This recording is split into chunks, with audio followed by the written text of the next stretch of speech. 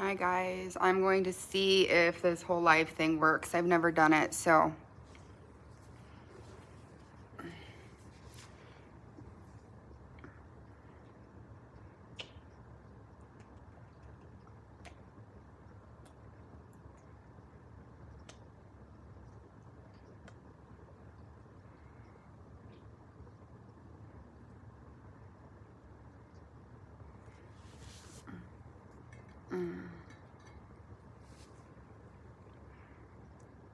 Hi, thanks for coming.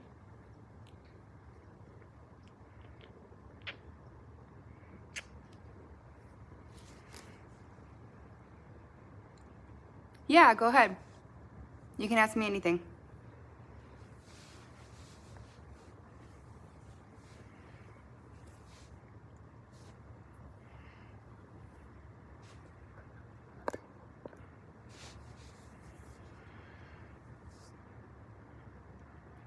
So I've never done a live before. This is my first time, but I'm bored. I'm sitting here with my cat.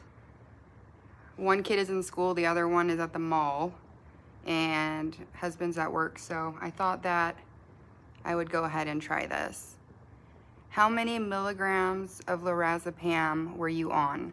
So I actually wasn't on lorazepam. I was on clonazepam, so the generic Klonopin. I was on 0.5 for 7 years, and then they switched me from the clonazepam 0.5 to diazepam, and I weaned down to 2 milligrams.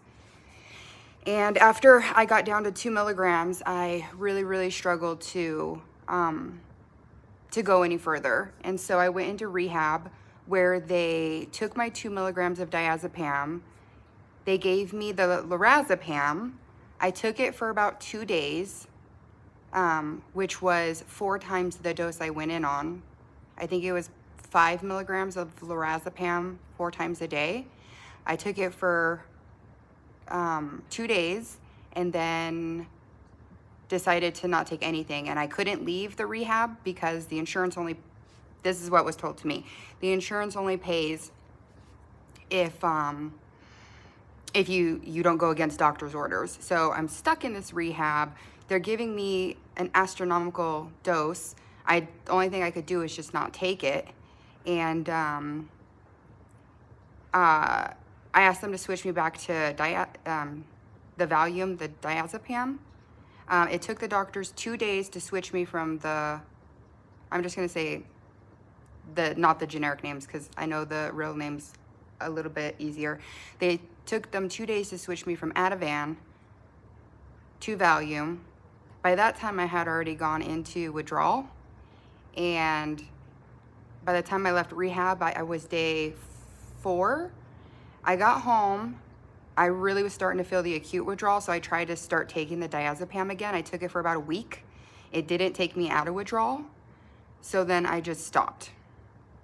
That's kind of the story. Yeah, I was on clonazepam for 7 or 8 years, and then over time weaned that down. And then yeah, switched me over to Valium. I think the worst thing for me is the insomnia. The insomnia is so bad. Let me know if that answers your question.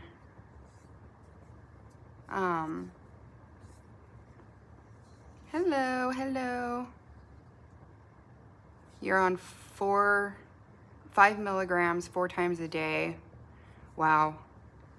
Yeah, when I see people are on that high of a dose, that's crazy.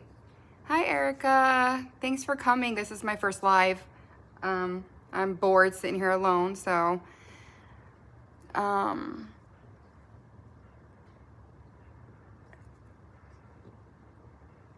no, I was on the oh yeah. So the lorazepam, they were trying to give me 5 milligrams 4 times a day in the rehab place. And I turned it down. I took it for 2 days and then I started turning it down because it was making me feel really high. And I was like, this is such a high dose. And then I started to go into withdrawal because it took the doctor 2 days to switch me from the lorazepam to the Valium. So I only took it for a couple of days because it was just such a high dose. Yeah, this weather, it's super. I'm on the West Coast. I'm in Nevada, and we don't have snow or anything, but it's really rainy. I just sit here by myself pretty much every day when the kids are in school and my husband's at work, and I just feel like chatting, and I don't know, the insomnia is so bad that I'm just half lucid. I feel exhausted. You take half a 5 milligram every day, once a day. Take it. Erica, what are you taking? Is that 0.5 the clonazepam or lorazepam? That's not too bad. That's pretty low dose. Oh, you have nice weather out there? Usually we're pretty sunny. We rarely, in Nevada, we really rarely get like rain and stuff. Usually it's just sunny all the time. So alprazolam, I'm not familiar with that one. I know like the 4, Valium, Ativan, Xanax, and Klonopin. Those are like the only 4 that I know. Well, thanks for joining me. I thought that I had to get to 1,000 subscribers and I was messing. Oh, Xanax. Xanax is alprazolam. Okay, thank you. I thought I had to get to 1,000 subscribers, but I kind of was just messing with it. So the cognitive issues started pretty much week 2. And I think if I got sleep, I haven't slept in 2 days. Insomnia was really bad with anxiety on Sunday. No, Saturday night going into Sunday, I'd slept maybe an hour, maybe. I don't even know because it was such, I don't know if I slept or not. And then last night, I didn't sleep much at all because of the insomnia. So I think if the insomnia wasn't there and I could manage to sleep, I think I would be feeling pretty good right now. The tremors comes like, or the jolts when you're like your muscles spasm comes probably a few times a day. I'll like feel my body jerk. And I noticed that I was laying down. I lay down a lot. I was laying down yesterday and my legs were like stiff. I had to remind myself to relax. So my legs were all stiff and then I would try to relax, and it was like that for like 3 hours before bed. I just, my legs were super stiff. My legs were, yeah. So I think so my legs are really stiff. I like tense up and I have to remind myself, relax. The insomnia is insane. It's off the charts, insane. And I don't know if it's being tired, but I do feel depressed. And I think it might be because I have some ear pressure popping situation that I've had for a while that I thought might have been contributed to the medicine. That's another reason why I wanted to get off. Well, thank you, Erica. Thank you. Yeah, I had to get dressed to take my son to school, and then my daughter went to the mall with some friends. I was gonna take her, but I'm too tired. I was telling her I can't drive. I don't feel safe driving with feeling like this. Well, hopefully you get off without many issues. This is the worst drug in the world. It is a nightmare drug. I've been off for 30 days. My counting is a little weird, but I realized it was 30 days. So I've been off for 30 days, and the body aches and the physical issues, the physical pain is probably 90% better. And it's mostly all mental at this point. Like, it's depression, insomnia, Um, yeah, my brain doesn't feel like my brain. I think that that's the part that I'm having a hard time with. Because I usually have anxiety if I can't get up and do stuff, or if I feel like I'm a burden to people. That gives me insomnia. I tried like CBD to sleep, and it made me feel all tingly and weird, and that gave me anxiety, because if I needed to get up and do something really quick, I couldn't. And that's kind of how I've been my whole life. If I need to get up and take care of something and I can't, that gives me bad anxiety. Oh, good. Then hopefully it's just. Thanks, Sean. Yeah, you know, in week 1 there were really good days and bad days. Week 2 there was less good days, bad days. 3, so looking back, I've had really good days, and then the fact that I'm not sleeping again is frustrating, because it's like a wave. Like, I'm like, oh, I'm sleeping. It's like I've slept really good for 4 days, and then the insomnia kicks in tremendously, and I don't sleep for a couple days. Usually I don't sleep for a day and then I sleep. I don't sleep for a day and I sleep. But this is the first time I haven't slept in 2 days. But yeah, I'm really hoping that I improve every day. I hope you guys do too, the ones that are tapering and all that. I was gonna say something, I totally forgot.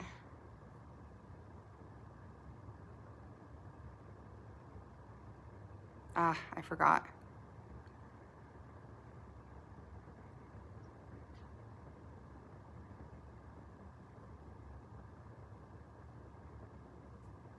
So yeah, I'm really glad that I got to do a live. It's a lot more fun being able to go back and forth. My kitty cat. It's this whole experience for me is just a really lonely, the loneliness, because I don't feel good enough to drive, and I'm basically, I can't do that. I can't do that. I don't want to, I can't, it makes you feel really lonely, and it makes you feel like you're a burden, and it makes me feel, I was telling my kids, I forgot the word I used. It was like,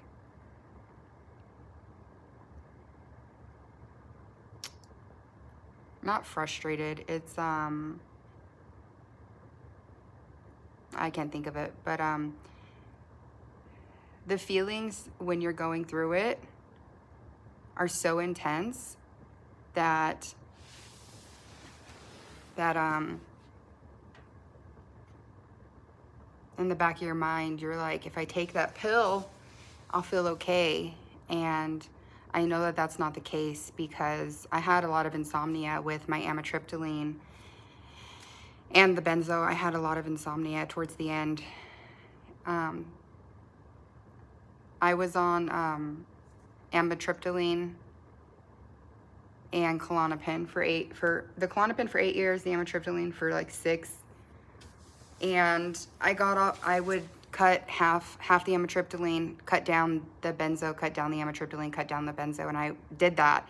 That actually made things go relatively smooth for quite some time. So for about, I'm gonna say 3 months, I cut one, I cut the other, I cut one, I cut the other. And I wasn't trying to hurry. I just would cut it and then just leave it like that for a while. And that actually helped a lot, because I feel like they acted as a buffer for the other one. So that really helped a lot. And the doctor did give me the amitriptyline, because I was going to wean off the benzo. So that's why I was given the amitriptyline. And then for many years, I just stayed like that because I was scared. Thank you, Sean. I hope you do well too if you're tapering. Thank you so much for being here.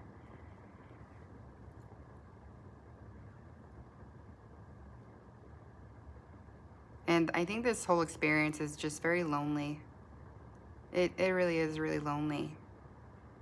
And then you have those intrusive thoughts. Am I going to be okay one day? Am I going to sleep tonight? Am I going to XYZ? And I feel like that's the thing that scares me, is all day long I'm like, am I going to sleep? Am I going to be able to do this? Am I going to be able to drive? That really sucks. Really sucks.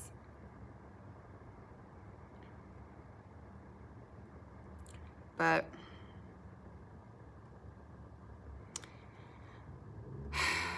I don't know. It's I